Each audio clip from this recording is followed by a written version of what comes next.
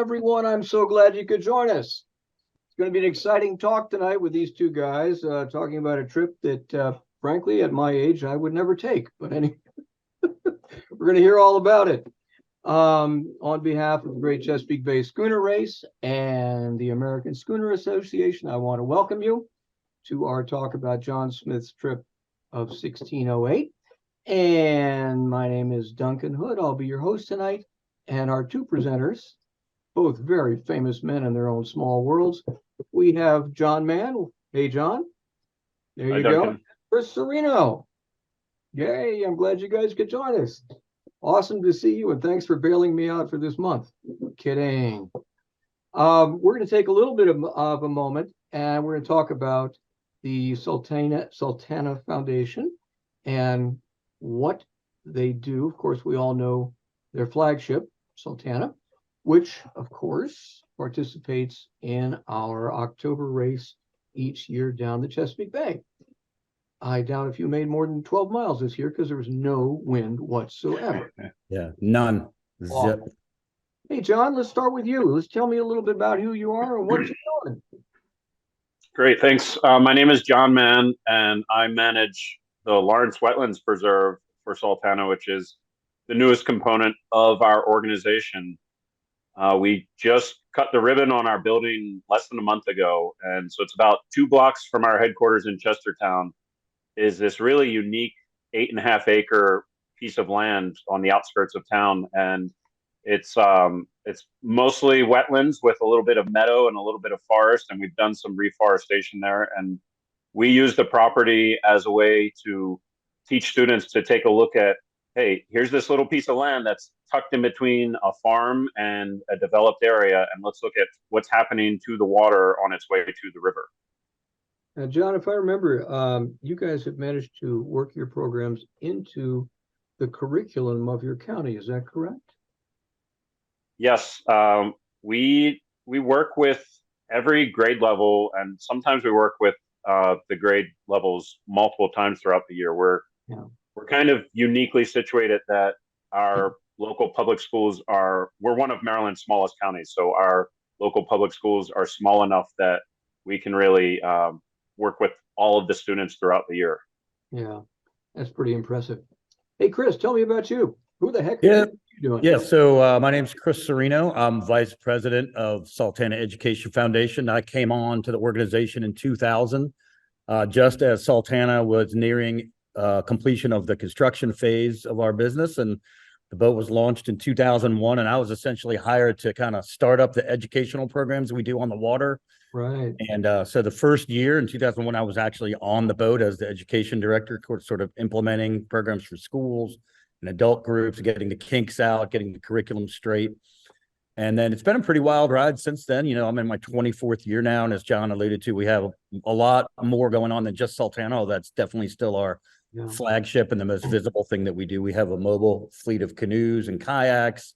I'm sitting in a building right here in Chestertown, an 8,000 square foot education center where we do programming 12 months out of the year. We just opened the Lawrence Preserve, as John alluded to, that he manages, and I kind of oversee all of that and just kind of work with our senior staff members to make sure they have what they need and that everybody's schedule is full and that, you know, all the trains are running smoothly. You guys have come a long way. We have. We definitely. Years ago, I was with National Maritime Heritage Foundation, and we were programming down there. And I remember being very impressed by your program. Thank you. Now, tonight, we're going to learn a little bit about John Smith's Voyage. Yeah. What are we going to look at? Tell me a little bit about that. Yeah, so this is sort of one of the more interesting projects that Sultana Education Foundation has taken on in our history. So basically, the settlement of Jamestown was founded in 1607, and my colleague Drew McMullen and I were sitting around the office in like 2004, 2005, and Sultana was running on a nice full schedule, and we're like, what else could we do to like tell the Bay's story and reach more people? And it occurred to both of us that the 400th commemoration of Jamestown's founding was coming up in 3 short years, and I've always been a huge fan of John Smith's expeditions in the summer of 1608 and read his narratives and was really familiar with the story and just super fascinated by the descriptions of the pristine Chesapeake, you know, 400 odd years ago.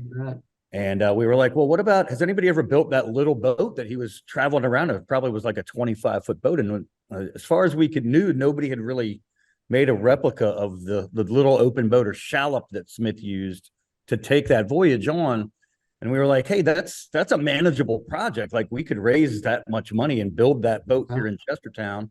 We could probably do it in a few months, maybe take it around the bay and publicize, the project. And then wouldn't it be awesome if in 2007 we could work with Jamestown, launch the boat there, and then retrace Smith's voyages and bring the story to a general public audience? And that's really what we're here to talk about tonight, is how that process went.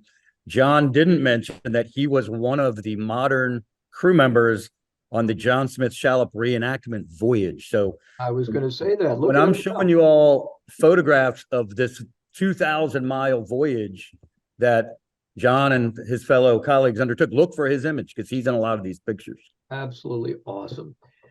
Well, listen, everybody, I'm going to give you a couple ground rules before we get going. We are running a chat box and we're running a Q&A box right now. If you have any questions along the way, you can certainly type them in the Q&A, or if you'd like to chat with these two, either Chris or John, just type in the chat there. The way we're going to do is one of them is going to be talking and the other one will be watching these chat boxes. If you have any long detailed questions you'd like to ask, of course, you can also wait till the end, but write them down so you don't forget them, especially at my age anyway. So having said that, let's get going, Chris. Hit your share screen and let's make this thing happen. Oh, the excitement, the excitement. There we go. All right. Okay, so I'm just going to go ahead and narrate over a bunch of photographs that have almost no text on them. So, like, I will basically be the text. I hope you all like these images. I want to start kind of by giving the background story of who was Captain John Smith, what did he do in 1608 that was so interesting to us, and why did we think that was an important story to tell? I'll tell you a little bit about his historic voyages and the bay that he witnessed and recorded. And then we're going to morph from sort of the macro story to our micro reenactment voyage that John Mann was part of. And we have all kinds of images of that underway. Actually, that's a picture of it right there. That's our shallop, our reproduction of John Smith shallop sailing on the Rappahannock River, one of the most gorgeous rivers you could possibly explore on the modern bay. So we'll basically be doing like a historic part and then like a modern talk, and then we'll answer any questions anybody has. So let's get going. So let's do this. Who is this guy, Captain John Smith?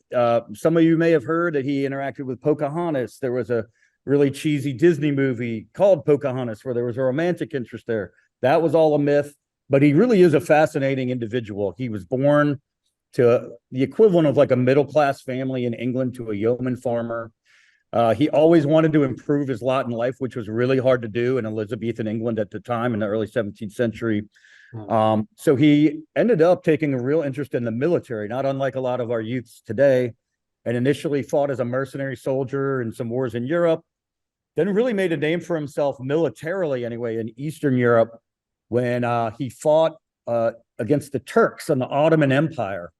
And during an impasse in a battle on the Turkish war front, one of the generals in the Ottoman Empire, to entertain the troops on both sides, said, hey, we'll send out our greatest warrior to fight your greatest warrior for the entertainment of the crowd. So they send out a soldier. The English sends out John Smith. John Smith goes in hand-to-hand combat with this Turkish soldier and lops off the guy's head.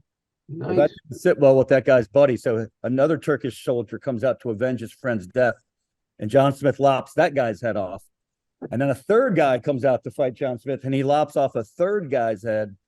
And if you ever see Captain John Smith's coat of arms that he earned from this heroic performance, it has 3 little Turks' heads on the bottom. You are kidding me. So this guy was tough as nails. He was tough as nails. His title of captain is a military rather than a nautical title. And he earned that title battling, the Turks, the Muslims over in Eastern Europe. He eventually got sold into slavery as a captive of war. He killed his slave master, stole his clothing and his horse, rode all across Eastern Europe, somehow manages to get back to England he hears of this fantastical voyage to the New World and decides he's going to enlist with this group of explorers to search it out. And so, sure enough, in the winter of 1606, this vessel, the Susan Constant, and two sister ships set out from England for the New World, and they end up sailing to the Chesapeake Bay. You can see from the Susan Constant's hull, she's not exactly slicing through the water. Ships of this era were kind of like giant bathtubs. They were really designed more for volume than for speed. And it really didn't matter so much because they were going around the North Atlantic Gyre or the Atlantic Gyre and just following trade winds. So you could basically, in a ship like this was a great vessel for getting out, into the Gulf, into that gyre and into the trade winds, setting your square sails and letting the wind just kind of push you from behind across the ocean.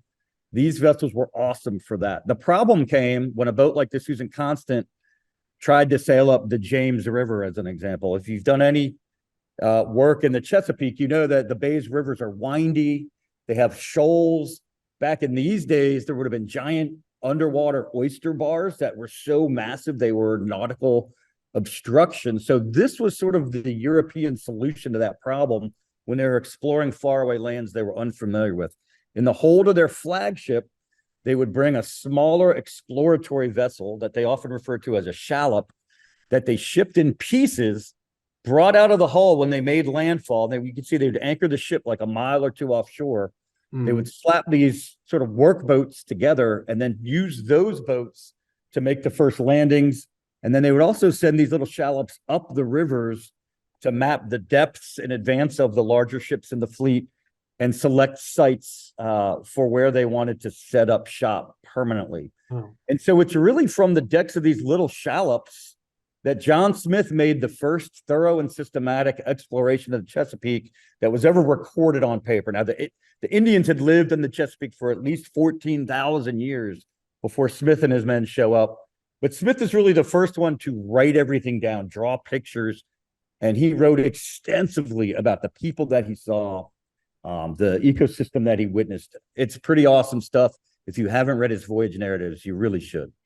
All right, so here's the Chesapeake when Jamestown is established. I will say that there really was no map of the Chesapeake Bay. The Chesapeake Bay in the early 1600s was often shown as kind of like a large inlet off the coastline. Yeah. Europeans had popped in there, but mostly just down at the mouth of the bay to duck out of storms or maybe to reprovision.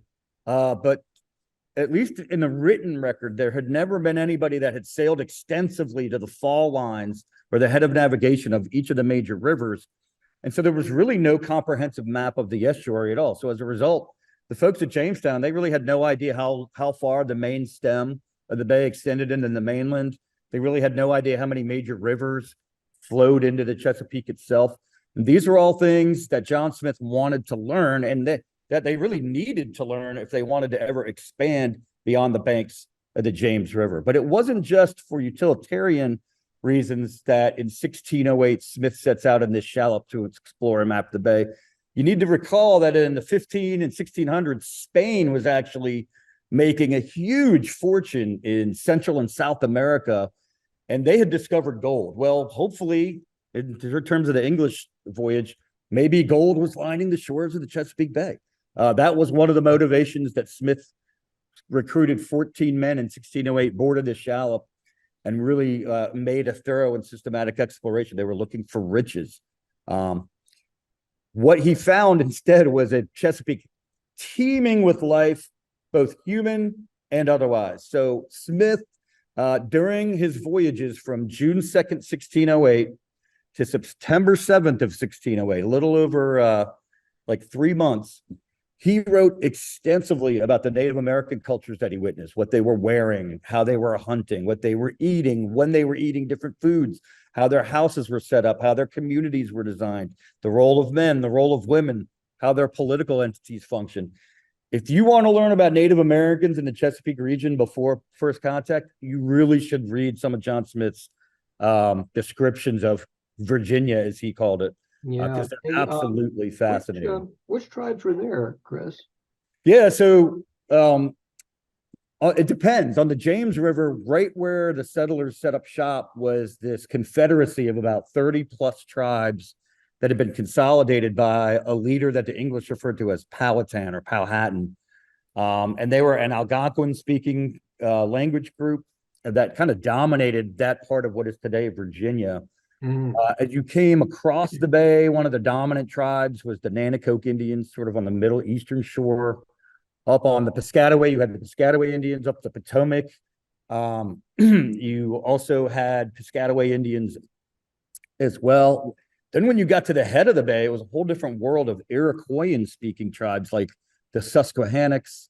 Over here on the Sassafras, in our area, we had the Takwa tribe, which we believe was probably speaking a Lenape Indian dialect. On the Chester River, Smith unfortunately didn't come up this way, but at the mouth, he maps a tribe called Ozinis, which is probably near Rock Hall.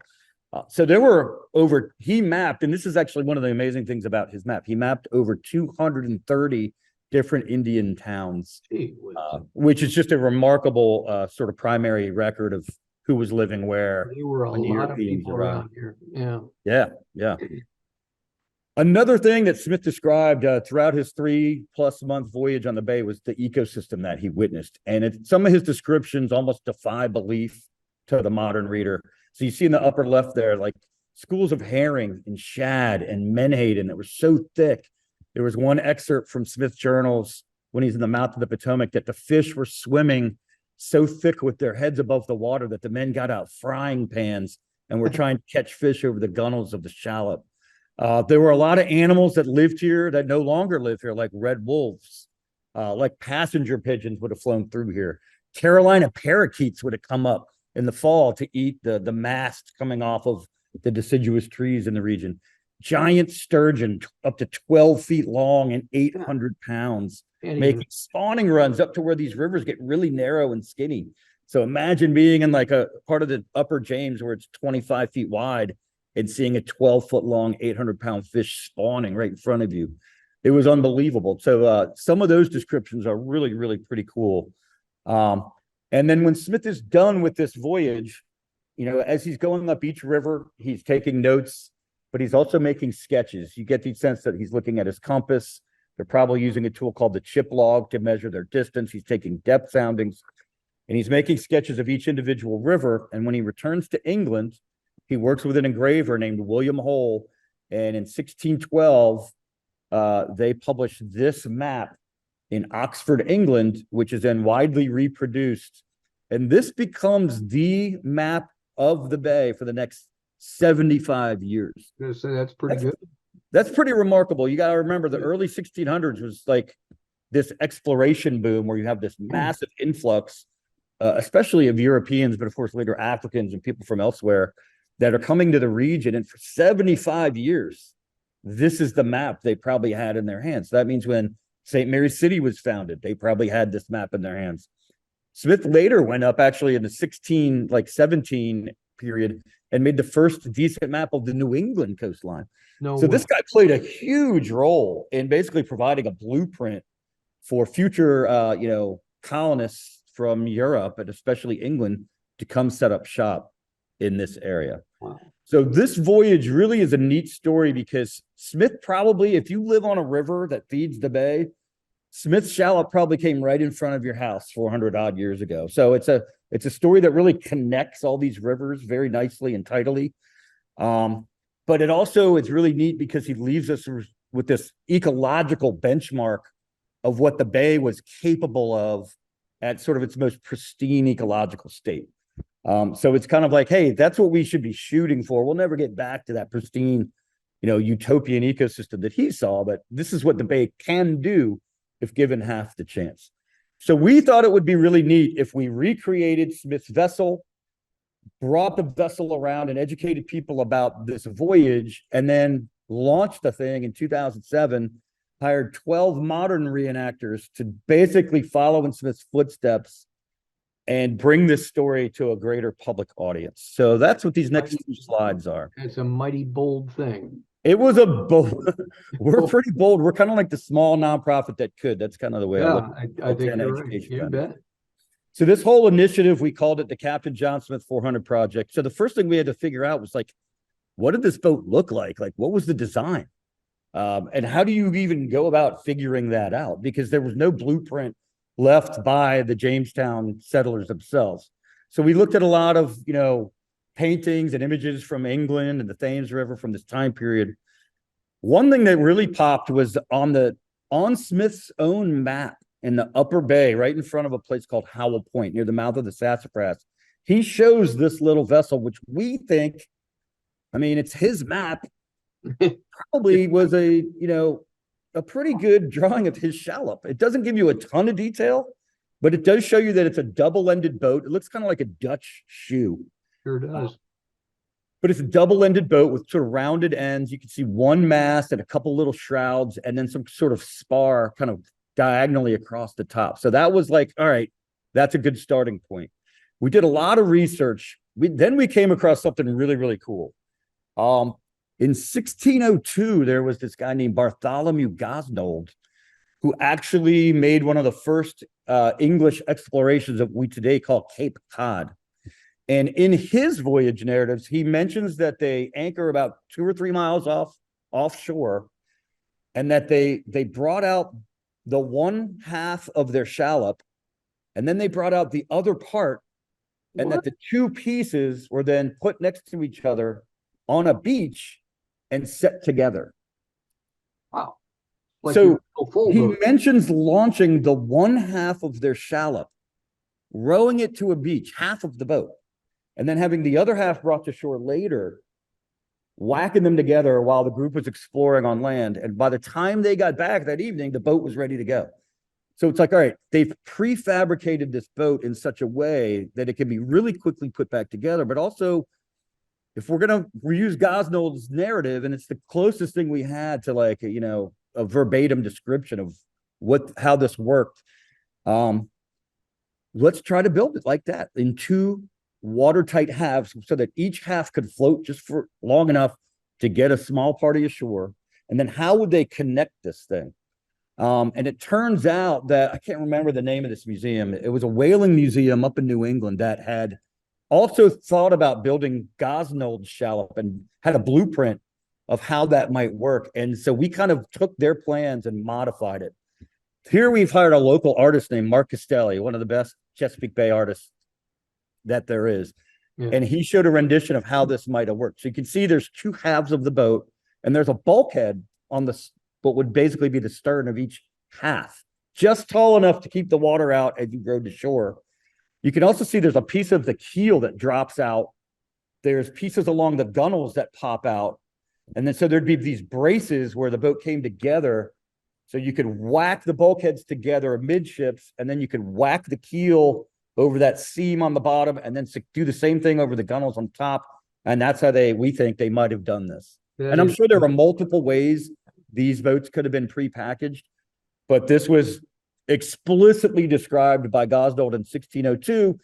The reason we thought he was such an important figure is because he was one of the 3 captains on the Jamestown voyage in 1607. So only 5 years later, this same guy that described the 2-piece shallop is now part of the Jamestown voyage. So why not bring the same style shallop that had worked so well for him in Cape Cod?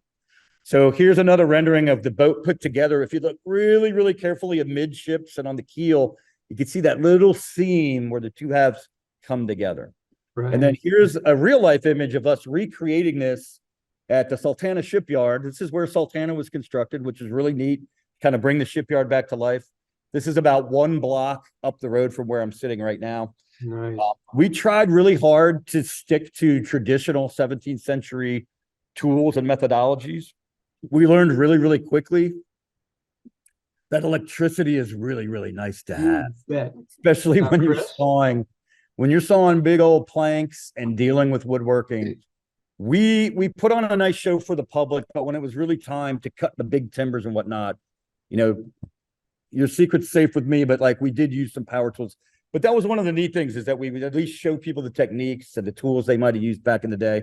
And you can see here, we're almost done with our construction, and you can see those bulkheads in the middle, which led to probably one of the most bizarre boat launches in the history of boat launches. because here you see us.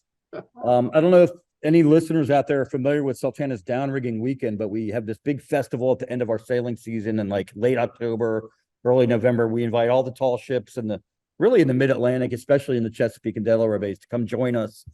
I know Pride of Baltimore's been there many times, Lady Maryland, a lot of the classic boats you see in the schooner race. So we decided to launch the shallop on Downrigging Weekend, which meant there was going to be a big crowd there. But if you look carefully at that picture, we didn't launch the whole boat. The boat was on an inclined plane. The whole boat was held together by one big dowel rod in the middle. And the governor of Maryland at the time was this guy named Robert Ehrlich. And we invited him to come, saw that dowel rod in half, which would then set, this half of the boat into the water. None of us had ever done any of this before. We had no idea how a half shallop was going to float and handle in the water. But if you had been at this launch and you didn't know what we were trying to do, people were like, why are they sawing this perfectly cool boat in half? What the hell are they doing? It was all intentional. It was designed to educate people about this sort of interesting technique that we had learned that they use. So one of my favorite images is this one, where here's half of the boat with 3 people in it rowing around the harbor of Chestertown. And that's when we were like, okay, this definitely is one of the ways they could have done this. And that was really neat because it worked. And if that thing had sunk, I don't know what we would have done. It would have been a lot of scrambling, but it worked. And it was a really educational moment, I think, for all of us. It was really cool. Must have been really heavy. It was heavy, definitely. And we'll get to that a little bit later when John starts talking about moving this thing around the bay. So that was 2005. In 2006, we still had a year before, the Jamestown commemorative, ceremony and celebrations down there. So we did this museum tour and brought the shallop to some of the more iconic locations all around the Chesapeake Bay. This is one of the more comical mishaps that we had. We brought this is the National Geographic headquarters in Washington, D.C. Oh my So goodness. imagine, first of all, driving a 17th century shallop around on a trailer in downtown Washington, D.C. just to get to this place. Then imagine trying to get this boat into a foyer of a building. And we managed to get all that done. And we put the boat, the way we displayed the boat is we put the 2 halves really close to each other, but left about a foot wide gap. So people could see that it was actually 2 half shallops. And then we would put the rigging up separately. The problem we had with this situation is we set this up and the crew had put a bunch of linseed oil on the boat the day before because we knew it was going to be out of the water for a really long time. Well, that was fine when the boat was outside, but you get a fresh load of linseed oil on a wooden boat in the foyer of a modern building like this with AC vents. Within seconds, everybody's office in this entire complex smelled like they had their nose over a can, of linseed oil. And the phone was ringing off the hook. And before we even got back to Chestertown, they were like, look, y'all, I know this was a lot of work, but you got to get this thing out of here because our staff can't work in their offices. So the next morning we had to motor back here and there was a place in the front sort of plaza where we were able to display it. It was still pretty cool. It was really cool right there. But anyway, we took this around to places like the Maryland Science Center, the State House in Annapolis. There's a science center down in Richmond, Virginia, where we took the vessel. That went really, really well. And it was a way to kind of let people know also that in 2007, we were going to be using this same boat on a voyage to reenact the story that was on all the interpretive panels that were accompanying the shallop as it went to all these museums. And the last exhibit space that we put the boat was at this place called Nauticus down in Norfolk, Virginia, a wonderful facility. And they were really kind to us. And this is the day that we first launched the boat. Now, if you're not familiar with wooden boats, the longer a wooden boat is out of the water, it's not necessarily a good thing because wooden boats shrink. So if you've had a boat like this that's been out of the water, in our case for over a year, they're going to launch it and there's going to be these big gaps in the planking.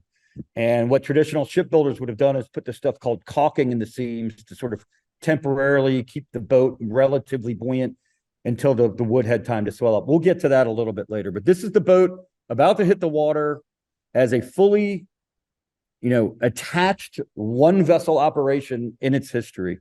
Yeah. And then this was the route that we chose to to reenact Smith's voyages. And what Smith actually did is he went out from June 2nd to late July and did like a 6-week voyage where they came back to Jamestown, reprovisioned for a couple of days, recruited a couple new crew members, and then went back out and then went to the head of the bay and hit every river they'd missed.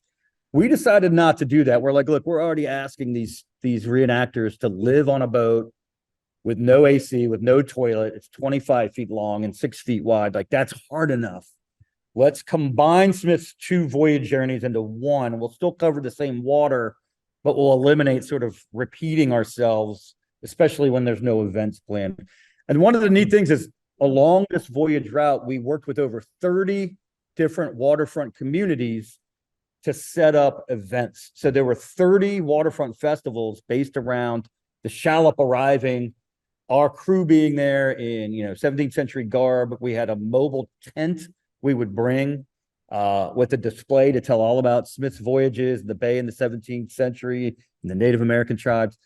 And that was all really very exciting. But we honestly had no idea if we were going to be able to actually do any of this, because nobody had ever been in a traditional shallop. I mean, who had? I don't know anybody that has.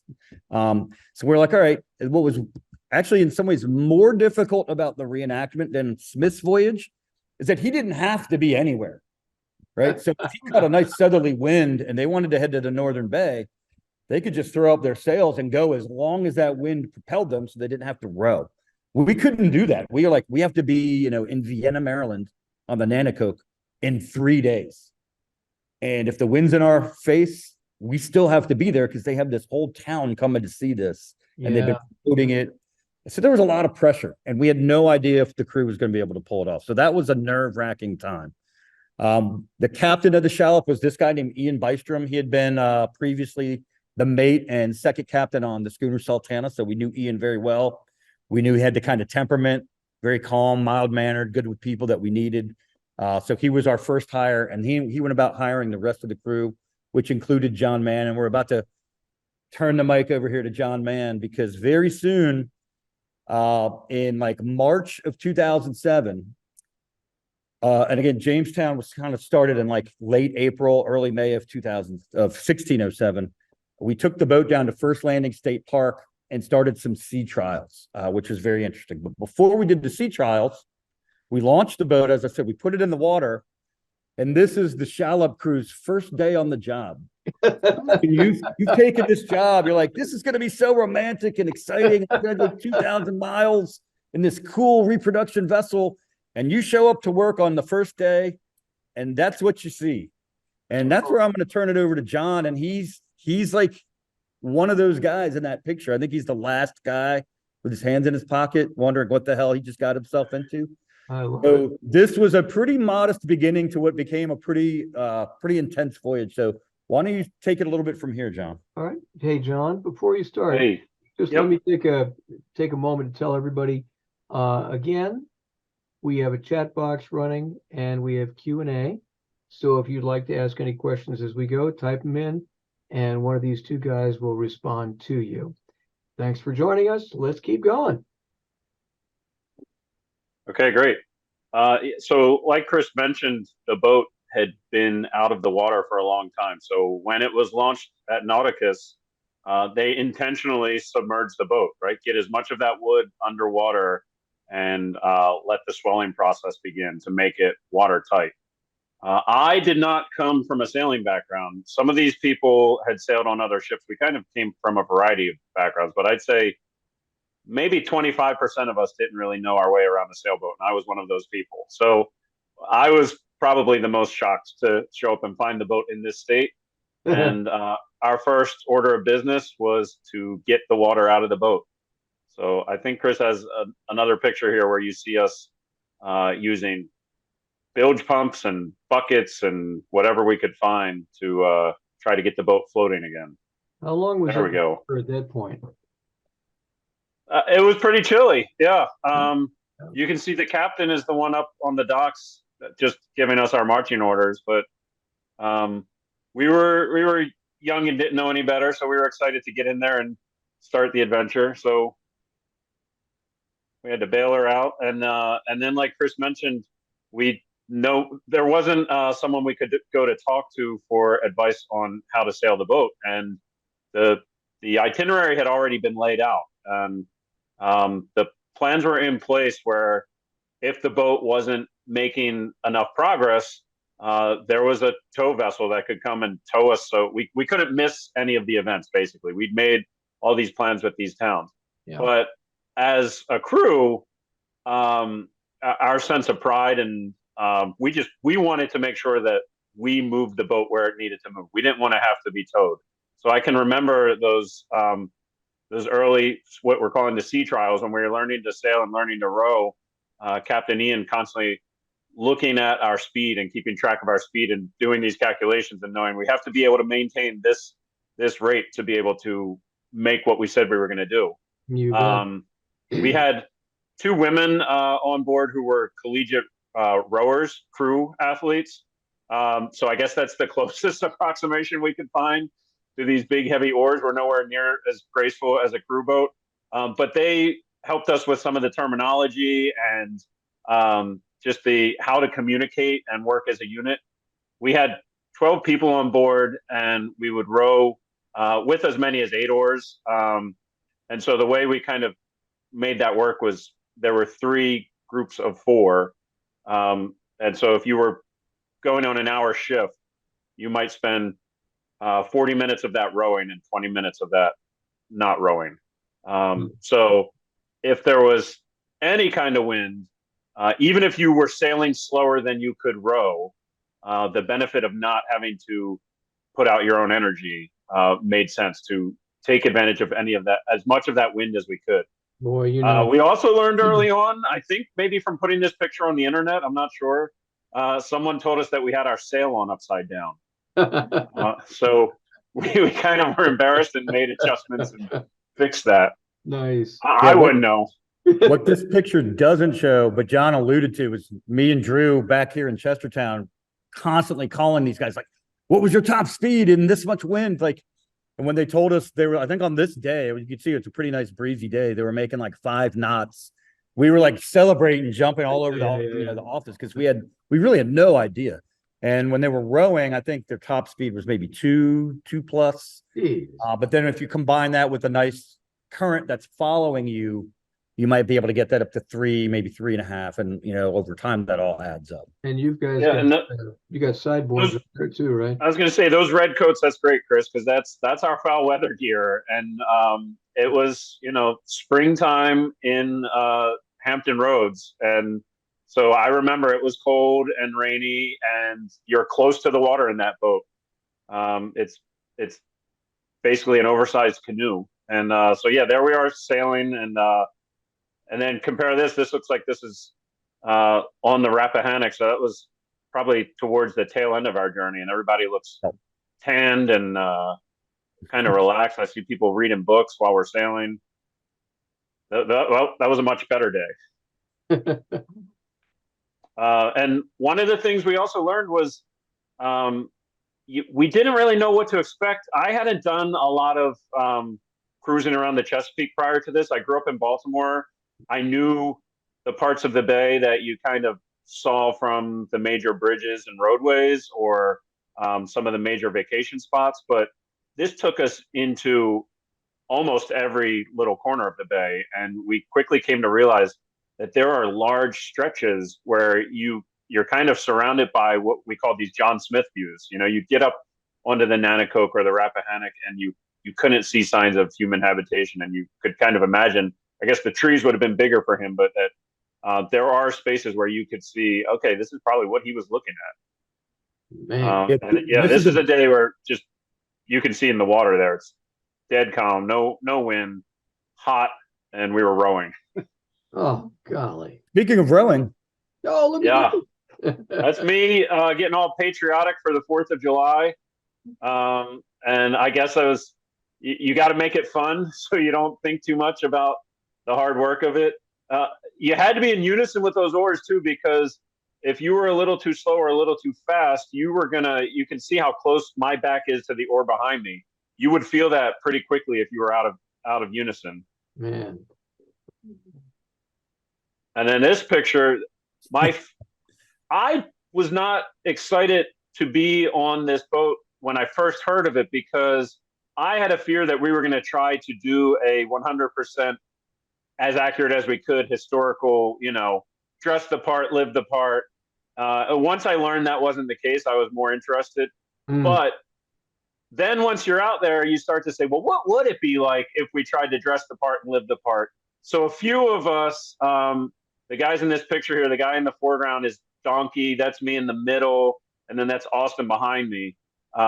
We decided that we were going to have what we called our 1608 week, where we wore our funnies, our period correct costumes, and we only ate cold oatmeal.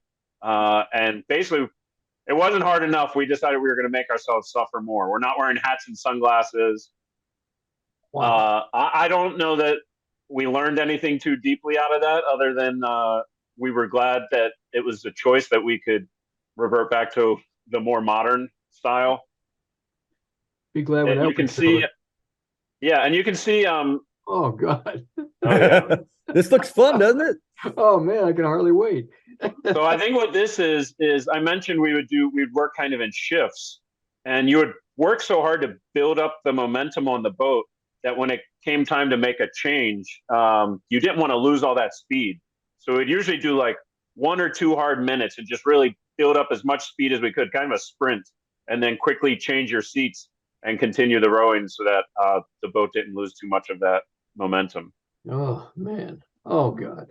Yeah, and I think I started out trying to wear rowing gloves, and they made fun of me so much that I just did what everyone else did, and you went bare hands, and the blisters were a badge of honor. We joked that we grew our gloves. That's what friends are for. That's right. And so this is a picture I kind of remember this day where we just weren't making that turn. The wind was coming right at us, and the tide. It was also probably an outgoing tide, and whatever we tried to do, we weren't making any headway. So we dropped anchor, and we were just waiting. And I remember asking Ian, I was like, "Hey, it's pretty shallow here.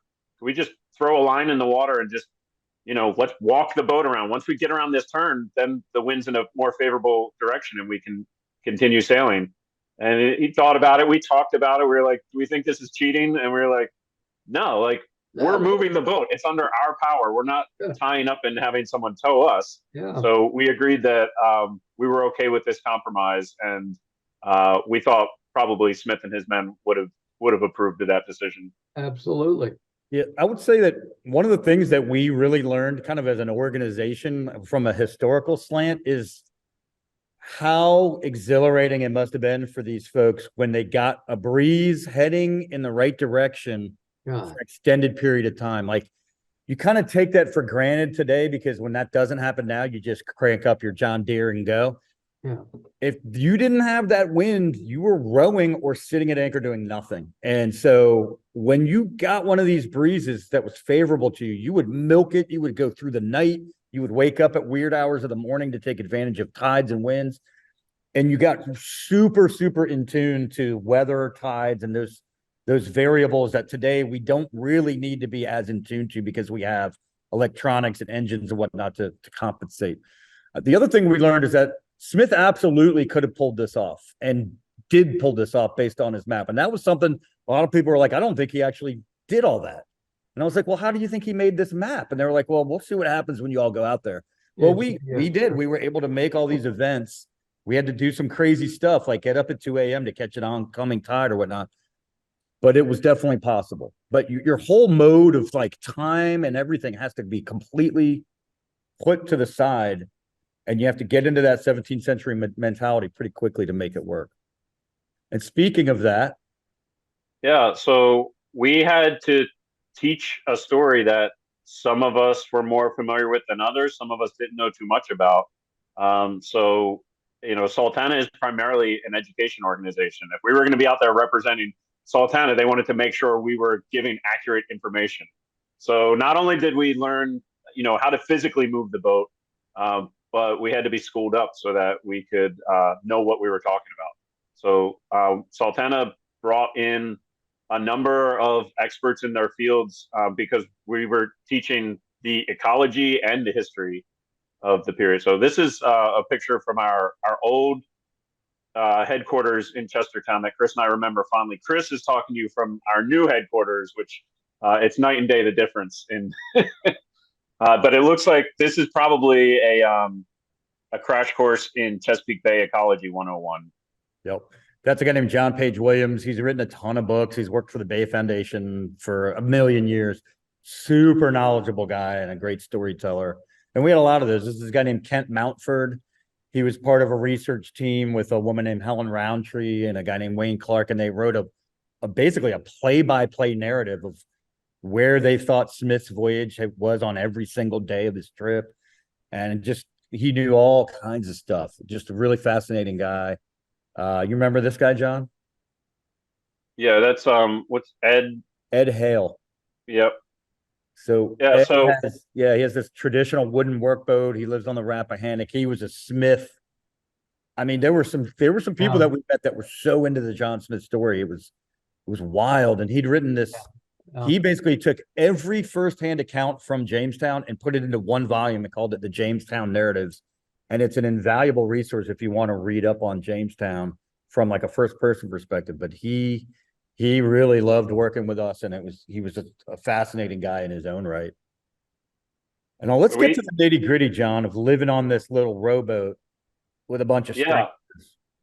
Right. So, like I said, I was not interested in we're going to do it just like he did it, except for that 1 week. But Sultana, we quickly decided, no, this is going to be a modern voyage. So, some obvious differences. We had women in our crew, right?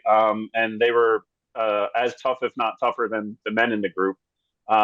And we bought our provisions and used modern cooking, and you probably saw plastic tubs shoved under the benches and things like that.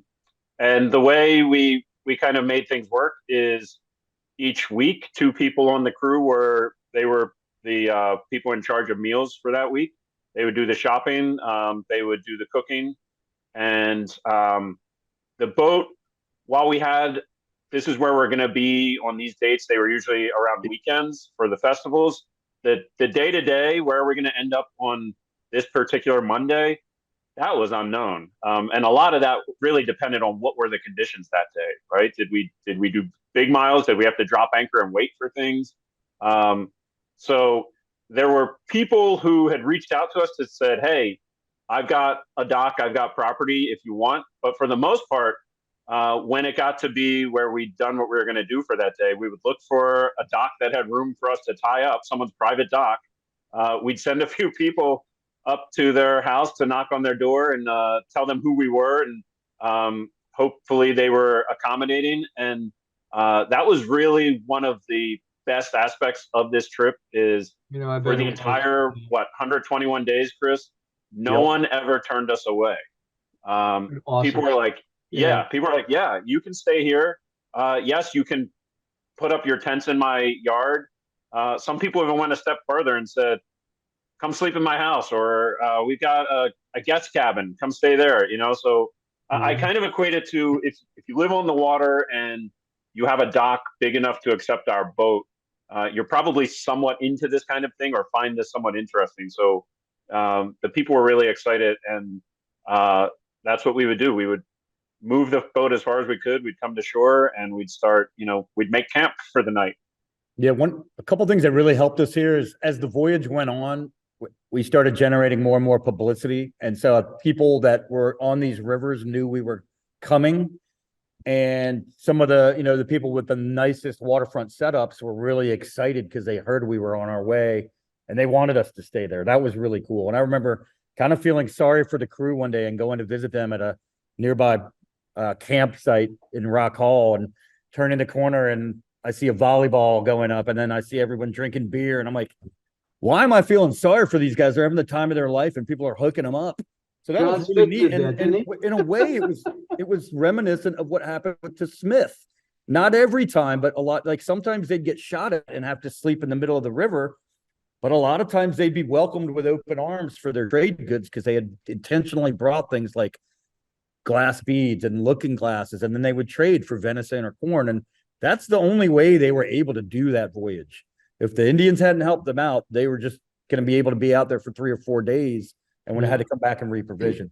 Yeah. So in some ways, obviously there were a lot of differences, but in some ways it was kind of like life imitating history, which is really fascinating. That's a great story.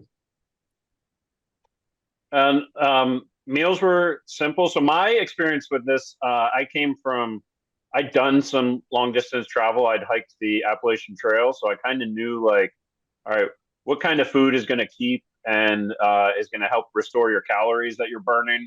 So there's a lot of one pot meals, lots of carb loading, and because we also didn't have a lot of space for extra dishes, right? So it was like, what can we throw into that big giant stock pot? And then everybody's going to scoop into their bowls, and it's going to be filling enough that we're going to have enough energy to go the next day. So yeah, this might be tuna pasta or rice and whatever, rice and chicken. And then we also had to work with, different people's dietary preferences and food allergies. What's up with that hat? It's a great hat. Pretty cool hat, right? Yeah. Hey, out there, it's all about function over fashion, Chris. You bet. All right. Oh, the inevitable question. Yeah.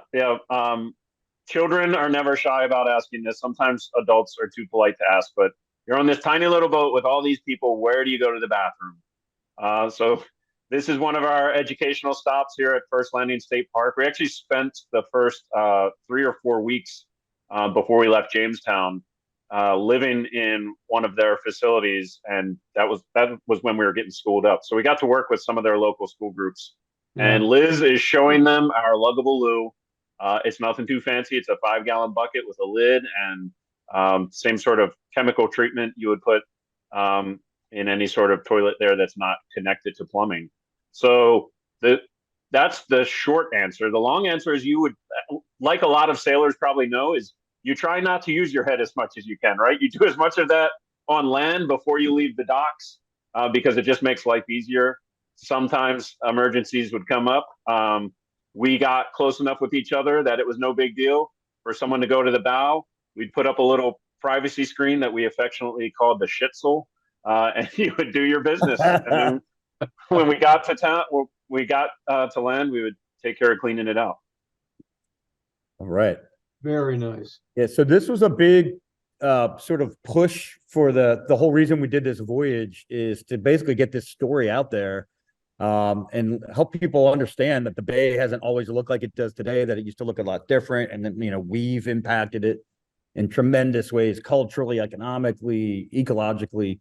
And so our exhibit kind of told the story of the 17th century bay. And so by comparing and contrasting, it's very evident to people that, we've got work to do if we want to get the bay up to what it, had been. So this was a traveling tent that we had a staff member whose whole job was to put this tent up, put the exhibit up, break it down, and drive to the next stop. Whoa. That ended up being kind of a hard job because this tent was not small for what we were doing.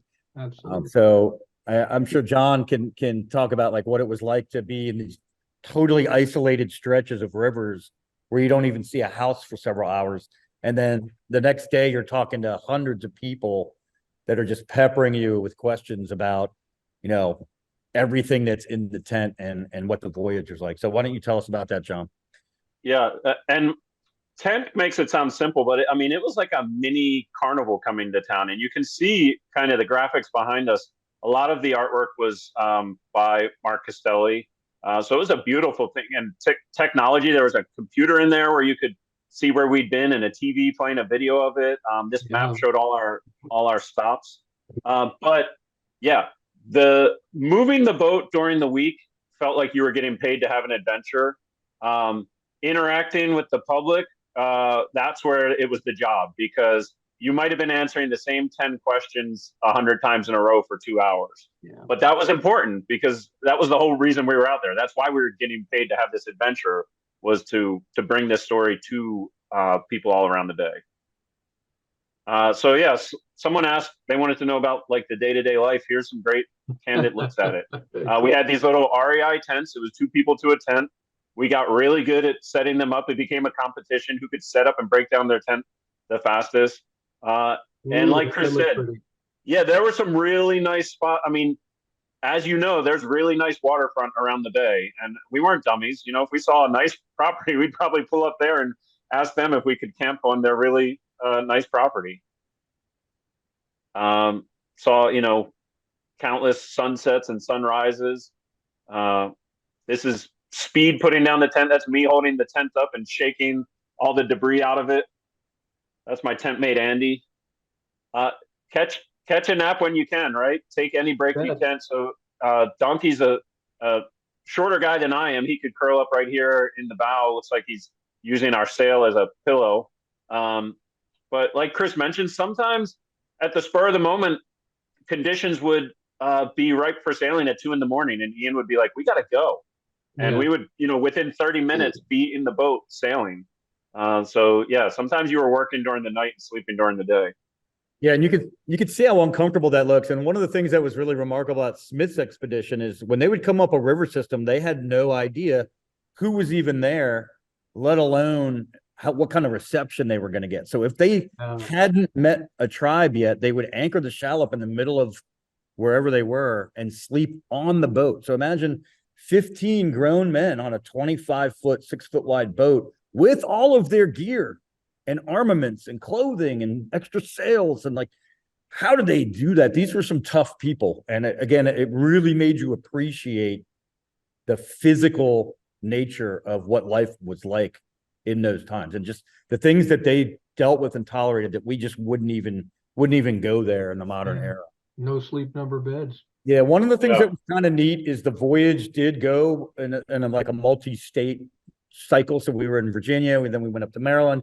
We actually went into Delaware when we went way up the Nanticoke. So we commemorated that on the shallop, the two boards in the middle, kind of split between Maryland and Virginia. And then this was a really neat part of the story, and probably one of the most impactful for us as participants was there's a lot of Native Americans that are still around here that trace their lineage back to this time period. So this is members of the Rappahannock Indian tribe, a state-recognized tribe in Virginia that met us at the town of Tappahannock, right down the river from their sort of traditional homelands.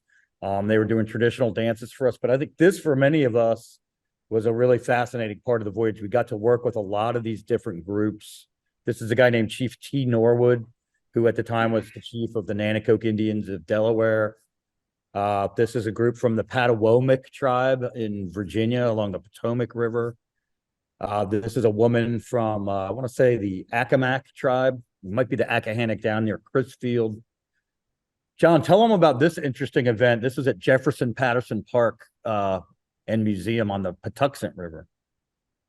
Yeah, throughout the voyage, we were all pretty sensitive to the fact that we wanted to make sure in our language we said we were commemorating Smith's voyage rather than celebrating Smith's voyage, because you can imagine if your ancestors were those Native Americans, that Smith coming to the Chesapeake Bay and all the English that were going to follow him, that's not something that they would celebrate.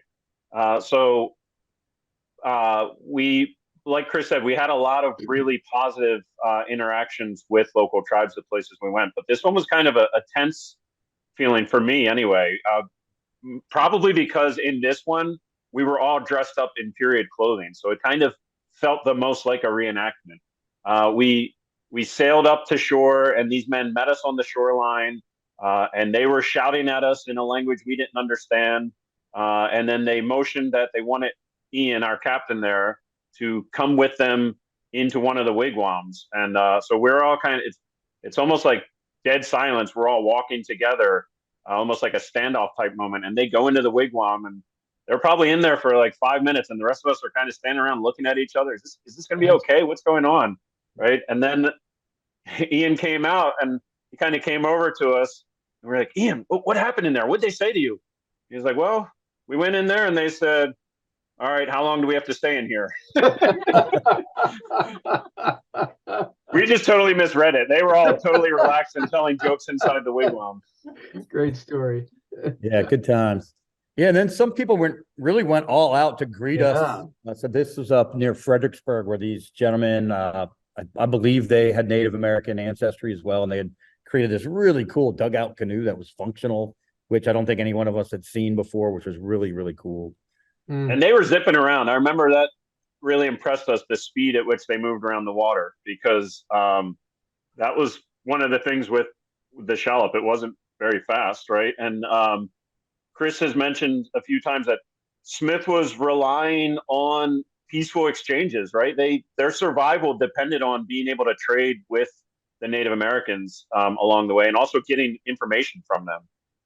And so this was kind of a famous story from Smith's voyage. Phones Cliff on the Rappahannock, and you can see this is one of those what we would call a John Smith view, where the trees might have been a little taller, but this is kind of what he was seeing. And Smith had an encounter where they are sailing, and a whole fleet of dugout canoes emerge from the tree line and start heading towards them. And so Smith and his men, they angle their the shallop away from those canoes, which is leading them towards Phone's Cliffs, these tall sandy cliffs there. And it was a very calculated ambush, because as they got close to the cliffs, there were archers waiting at the top of those cliffs who just started unleashing arrows down at the boat. And the men had to kind of duck down below the side boards, and there's these boards on the side of the boat called the lee boards, which are kind of like our version of a skeg, and they were lifting those up and using them basically as shields. Wow. Yeah, really cool stuff. And what's really neat about something like this is that you can imagine that happening, because it probably looks pretty damn similar to what Smith saw, other than the fact that these aren't old growth forests, and that's what he would have seen. But so these were, I think, something that really struck our crew and our staff as we traveled around these rivers was like just how much of this type of country is really still out there. Here we are in the mid-Atlantic in one of the most heavily populated bands of, concentrated development in the whole country. And yet right here on this estuary, we have all these creeks and rivers that are really lightly developed for pretty long stretches until you get to the towns and cities. So this is just one example. Accahannock Creek down in the lower Delmarva, the Nanticoke John's alluded to, is just almost entirely marsh, soft marsh edge shoreline that's really kind of undevelopable, but it creates this gorgeous, landscape where you just don't see any houses for miles at a time. It's remarkable. Really, really neat. Yeah, this was probably one of the cooler things for the organization. There was a big festival in DC in June that Sultana went to, and it just happened to be coinciding with when the shallop was trying to make its way up to DC for the same event. And we crossed paths, albeit briefly. And then this is kind of the last set of our pictures. I said earlier, we had like 30 community events, 30 festivals. Imagine a small nonprofit coordinating 30 waterfront festivals at 30 different towns around the entire bay in one summer. It was a lot of work, but some of these little towns, man, they really turned out. Like, so this is First Landing State Park, but what we found is actually the smaller the town, the bigger the deal we were when we showed up. So places like Vienna on the Nanticoke, or Havre de Grace and Perryville, at the base of the Susquehanna, they would go all out. And then we show up into Baltimore and we were this tiny little boat getting dwarfed by the Constellation. So that was interesting. Tell us about some of these, what's going on here, John? Yeah, Governor O'Malley came on board with us. We had a few politicians come on board throughout, but I think Governor O'Malley was the most excited to, show off his guns, wear his sleeveless Under Armour. He was singing Irish sea shanties as we rode into Annapolis Harbor. So that was really cool. Yeah, we also were able to procure a letter from both Governor O'Malley and I want to say Governor Tim Kaine at the time, but we had letters from the governors of Maryland and Virginia. So when John and Ian would go up and randomly ask a property owner if we could stay there, we had sort of some pretty significant documentation to try to nudge them in the right direction. You got some cred. Yeah, here's Port Deposit. As I said, they went berserk over this. They loved it there, and they really made a big to-do out of it. Yeah, that was really cool because Port Deposit and Perryville are just separated by a few miles, and this flotilla of kayaks escorted us between the two towns. Oh, super fun. All right, bring us home, John. Yeah, well, I mean, for me personally, and I think a lot of people on the boat, it if you didn't pay attention, you just kind of when the Chesapeake Bay news breaks through to the mainstream, a lot of it is negativity, right? It's pollution, it's dead zones, it's runoff. So I think a lot of us came in thinking, all right, we're going to reenact Smith's Voyage, but we're kind of doing it in a dead estuary. And as I hope I've conveyed tonight, that we found the exact opposite to be true. We were blown away by how many beautiful natural places there are still around in the bay. And that picture with dolphins coming alongside. Yeah, we're sailing in the golden hour here. That's there you go. Austin's got that 1,000-yard stare. Sometimes we were loud and silly. Sometimes it was quiet and reflective.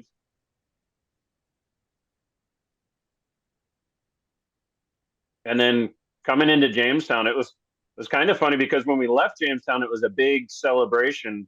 But with the unpredictability of the boat, we kind of came in when only random people who happened to be there were there at the exact moment we made our landing back on the shores. Yeah, yeah. All right. Well, I think I have one more image here. Let me see if I'm having trouble. There we go. There So you one of go. the reasons we did this, in addition to just being a great educational story to tell, is we're actually working with a lot of groups to push some legislation through Congress that ultimately was successful and became the Captain John Smith National Historic Trail, the first all-water National Historic Trail in the country. The idea behind this was that this was going to help potentially preserve some of these Smith views with conservation easements and whatnot, but also just try to improve public access to the bay and sort of tell the whole story of the Chesapeake, not just, Europeans forward, but indigenous cultures, what the ecosystem was like. And so that's what we did. This picture sort of represents like the future. This was a young lady in Tappahannock, Virginia, where we had a really awesome event, just kind of gazing out of the shallop. And I thought it was kind of symbolic of like, these kids, that's the future of our estuary. So if we're not getting them fired up about these stories and letting them know what the bay once was and like, hey, maybe we can work together to get some of that back. If we're not doing that, it's on us, because this is the future. This little girl and all of her colleagues in elementary school at the time. And that's really kind of what our whole organization is about. We feel like we're out there turning that light switch on in people's heads that, hey, the Chesapeake is a really cool place with a lot of cool stories. And hey, Sultana treated me to a really good time, and now I want to learn more, and now I care about this place, and that's the first step in being a future steward of the estuary. So that's kind of the story of the Captain John Smith 400 project. I'd be happy to take any questions. I've been doing my best to keep up with the chat, but it's been kind of hard to advance the slides and do that. Chris, I might briefly mention where that boat is, that vessel in that picture. So yeah, that's a good question. That's a good one. So, Sultana, originally we planned to continue using that boat. It wasn't completely decided on in what capacity, how would we use it. One idea that was thrown out there was maybe doing trips for high schoolers. Outward Bound, I think, does something similar in the New England area. And so, but really, in our exit interview as crew, Chris and Drew McMullen, our president, were kind of like, what was this like? How could we continue to use this boat? And I think we really impressed upon them just how physically hard it was to move that boat, and just how dubious we were that groups of teenagers could do it and enjoy it. And if you just happen to get a few people who maybe were signed up and didn't really want to be there, it really took all of us working together. And impressively, we didn't really have any big blowups or arguments with each other. So you needed the right group of people to make the boat work. So long and short, we didn't really end up running programs with it. It stayed in Chestertown as an educational exhibit. And then we realized it would be better served and could probably reach more people with the Maritime Museum in St. Michael's. So we gave it to them. I think they tried doing some stuff on the water with it for a little bit, and then kind of realized a lot of the lessons we had learned. So now it's a dry exhibit at the Maritime Museum. It's out of the water.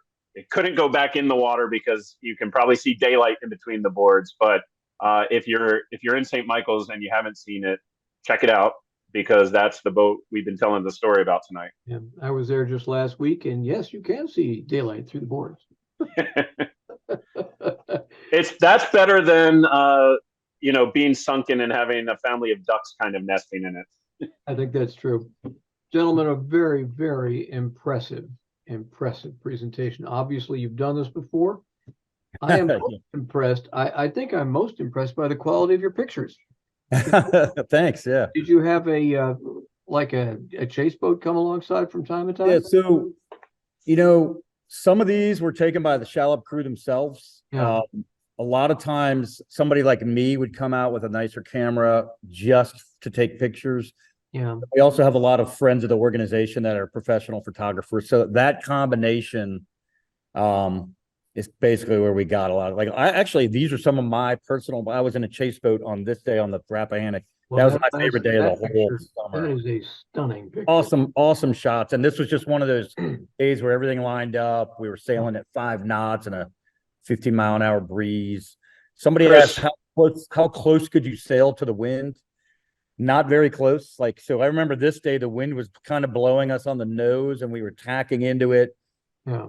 And after a couple hours, we had made about a mile of headway, and they just put the sails down and rowed. Luckily, the next stop was that really, really posh campsite you might have seen. So we got bailed out that day by a really nice landowner. But, there we go. That was the end of that long day. But you could see how calm it got after that. But you really couldn't point very well. Again, it's kind of like a miniature version of Sultana. The wind has to be just right for you to really make headway. And if you want to tack, you can, but you're not, unless you have a following tide helping you, it wasn't really worth the trouble. Yeah, I hear you loud and clear on that one. Yep. Chris, William gave a shout out to John Swain in the chat, so we should mention, Awesome. John Swain is the master shipwright who built the shallop and also built the schooner Sultana. Yep. Extremely cool. Someone said they were in the town of Onancock. That was another, again, those small little towns, man. It was such a neat thing to see those towns come to life to celebrate this story. Because in most of these towns, they'd heard of the voyage. They knew John Smith might have been nearby, but they really didn't know the details. And so it was really cool to bring the story to them. And they were, it was a great economic development opportunity for them as well. So it was a real fun, symbiotic relationship with a lot of these little waterfront communities.